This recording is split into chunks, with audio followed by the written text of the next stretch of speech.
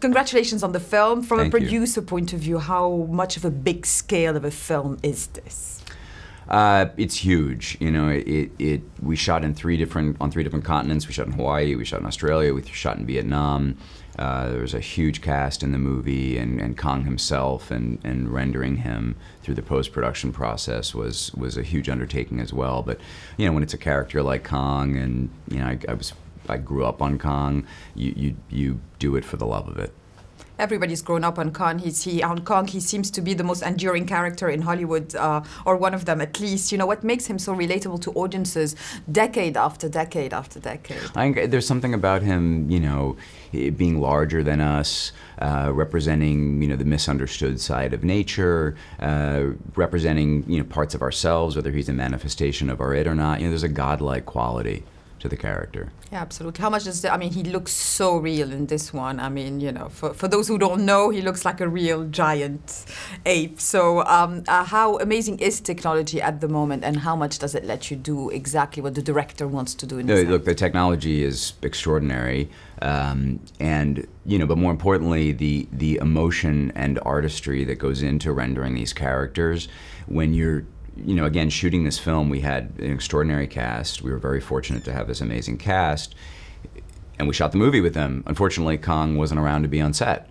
So you create him later, and as you're shooting the movie and creating this hopefully emotional, thrilling experience, but that really rests on Kong and the other characters on the island, the other creature characters on the island, seeing him come together and the artistry that goes into crafting the emotion and the performance, and that was really gratifying, because it's a nerve-wracking thing to be making a movie called Kong and not seeing Kong.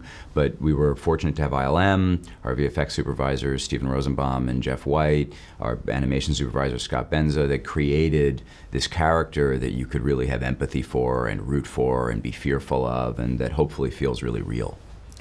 Indeed, feels extremely real. Let's talk about the cast, and how did you get them all together? We're talking about an eclectic bunch of actors, equally talented, making up a great ensemble. Yeah, we were very, again, you know, very, very fortunate and excited to have the cast come together the way it did. You know, it's a diverse group of characters within the movie.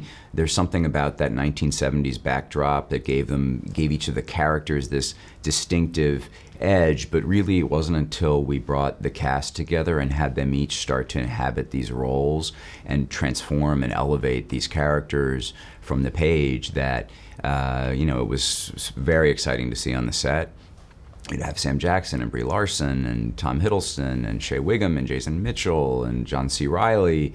You know, it just gives the movie an emotional weight to be able to mix the thrilling and the terror elements of the movie with humor and emotion and empathy.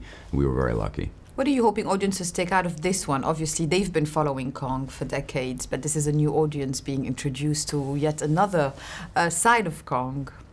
Yeah, I mean, look, I hope that audiences who grew up on Kong like I did see the Kong that they've always known and loved, but they see him, you know, in a new way, and that new audiences fall in love with this character, you know, the way audiences have for decades. Yeah, no, absolutely. The director told me yesterday that being on those amazing locations is the way to make it not only look real, but to use as little visual effects as possible. Is it the right impression? Yeah, I mean, that was something Jordan was very passionate about, and he was right about, which was having the island feel, as we were shooting it, feel tactile and dangerous and undiscovered, and having the cast, to give the cast something to react against rather than creating it with CG environments.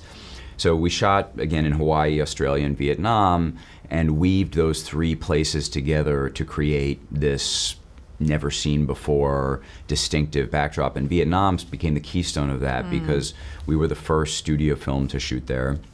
And the backdrops are so distinctive that to be able to pepper them in throughout the movie, it made the shooting challenging because we weren't able to shoot chronologically. We had to shoot everything scheduled for each location, so we were jumping around a bit. But it was exciting to see it come together in the end as we sewed together this never-seen-before place. And it's also set in the backdrop of the Vietnam War in America. However, you know, the movie has all the elements. It's got the entertainment element, it's got the political one, it's got the social one. Which one was most resonant with you? Look, there's something about these characters who, have gone through a difficult period in the world, really, who aren't ready to go home, and they get this opportunity to go to this, undiscovered place.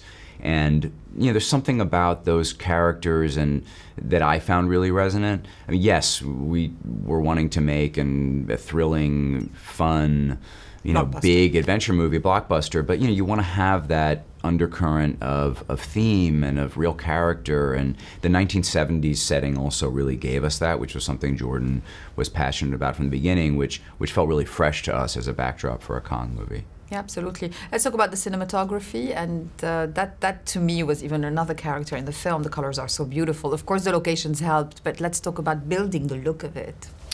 It started with talking about some of the, aesthetic references and backdrops, but really it came together between Larry Fong and Jordan on the set. And once we were in these environments and capturing the rich colors of the environments, and then like the scene when we first meet Kong against the sun, and using those to create really distinctive visuals. Tom Hiddleston is the typical relatable leading man that audiences love more and more these days. What makes him so special? Tom can do anything. He's incredible, and he is such a warm, lovely guy, and he was Conrad from the beginning.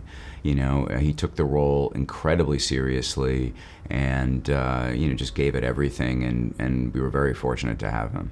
And Brie Larson's also not only an Oscar-winning actress, but also a package of an actress herself. She's beautiful, she's talented, she's emotional, but she looks like, someone you can relate to as well.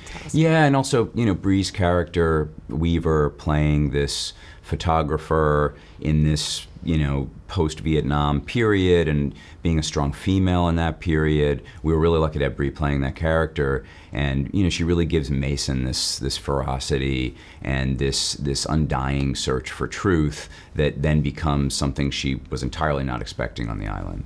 And finally, like every big blockbuster, everyone is always expecting a sequel. Was that set to happen, or you're just waiting to see how this one goes? We take it one movie at a time, largely because we want each movie to feel like its own complete, enjoyable experience. We are forging into, from here, Godzilla King of Monsters, which will be our sequel to Godzilla, and we have plans for Godzilla and Kong maybe meeting each other down the line. Oh wow, Godzilla versus Kong. That's always a popular choice with the audiences, so that's good. Thanks ever so much. Thank you.